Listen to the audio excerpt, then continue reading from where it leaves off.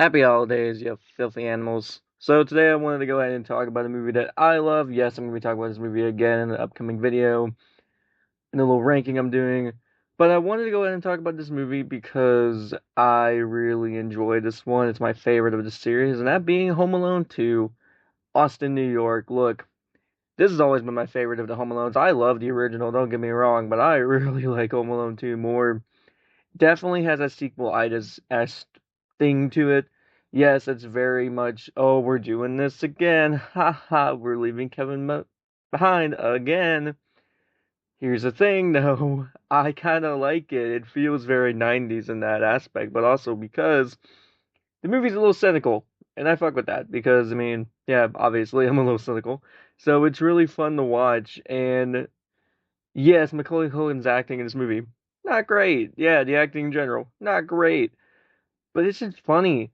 Now we'll get into why. So what's this movie about? Well, as you would imagine, Kevin gets left behind again, but this time the family's going to Florida. He ends up taking the wrong plane to go to New York, which is how in the hell do you make that mistake? I get it, pre 9/11 world, but I don't know. I've flown on planes before. I've done that before. I don't understand how that would happen.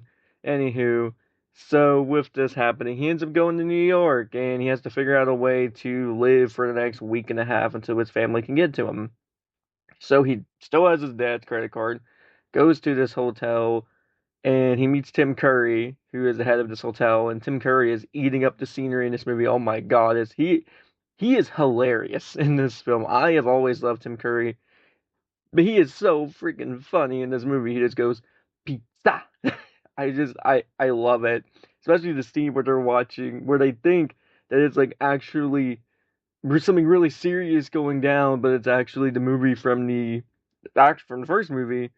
And he's like, oh no, I didn't sleep with your brother. Oh, his facial reactions is so funny. It is so funny. I love him in this movie. Rob Schneider's also here, and he's pretty funny here as well.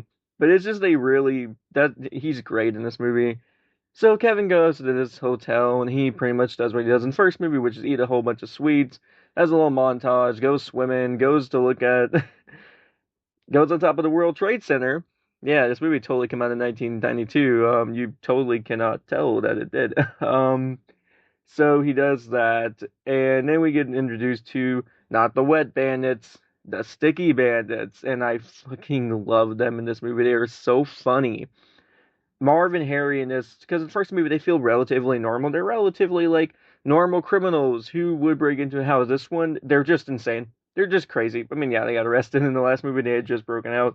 But in the first movie, it's like, oh, we're gonna bite off your fingers. We're gonna nail you to a door. All this stuff. And this one, that's all. I'm gonna shoot you and with my gun, Kevin McAllister. You son of a bitch. I just think it's really funny.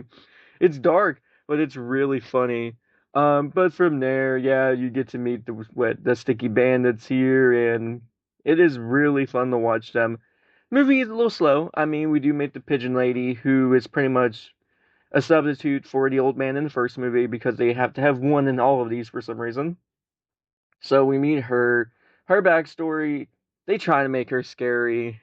Even when I was a kid, I was like, no, no, she's not scary. I know what you're doing. You're trying to redo the first movie. Because in the first movie, the old man, you genuinely think, like, this guy might have some shit going on with him. With the old pigeon lady, it's like, nah, she's just a sweet old lady. What are you doing, Kevin? Don't run from her. She'll probably give you, like, a cookie or something.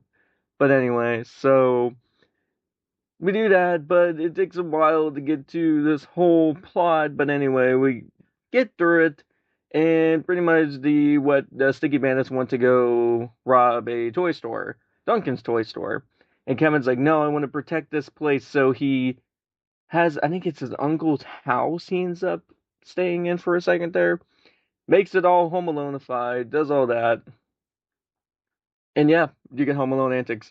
Now in this movie, the first movie is, oh, they're gonna trip on cars, they're gonna step on ornaments.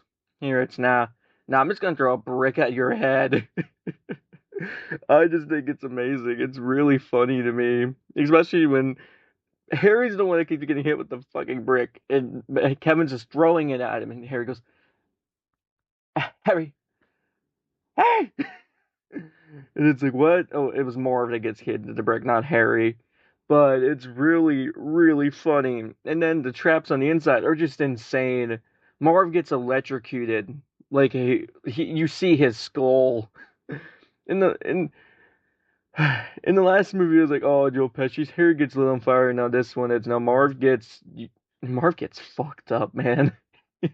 I'm surprised this guy doesn't have brain damage after all. He probably does. It's probably why we never see these characters again in the Home Alone universe. I think they appeared in Home Alone 4. I forgot which one it was. But they're not the same. They're just not. I mean, this movie, the comedic timing is there. It is so funny to watch. We go through all of this. Yeah, they get arrested. Yeah, they get taken out in a stupid way by getting bird seed, I believe, thrown on them. And then they get the pigeons that are coming after him with the pigeon lady. So that's all cute. Movie wraps up all nicely. Kevin ends up destroying his dad's credit card. Not literally, but figuratively, because he spends so much fucking money when he's there. If my kid did that, I wouldn't be mad. I would just never let them ever see my credit card ever again because why? Why are you spending this much money? But I don't know. It's also early in the movie. You get to see uh not Biff. What's his name? Buzz. He has a little bit of a character arc to where he's a little bit more mature this time around. So that's kind of funny to watch. Because in the first movie it was, oh, you little butthead. This one it's more, I'm just gonna embarrass you in front of this giant crowd when you're performing a Christmas song, Kevin. This movie is very mean, if you can't tell. But I really like it. I like how mean it is. I like how kind of cynical it is. It's a very cynical sequel, but most people won't dig that. I do because, yeah, and yeah, when I was a kid, I watched this movie more than the first one because it's more entertaining to me. It's more funny. To me, this movie, while I love the original is a classic. This one is just bonkers. It is the definition of a sequel that goes a little bit off the rails while also still trying its best to keep in tone with the original movie. It definitely has a mad case of sequelitis, but I don't know. I like it. I think it's a good, fun little movie. So, with all that being said, yeah, Home Alone 2, Lost in New York. It's a good time. I have nostalgia for it. I have a love for this movie. So, I will go ahead and give Home Alone 2 about mm, I could go the critic rating, or I could go my rating. I'm gonna go ahead and do my rating, which would be I'm gonna give Home Alone 2 an 8.5 out of 10.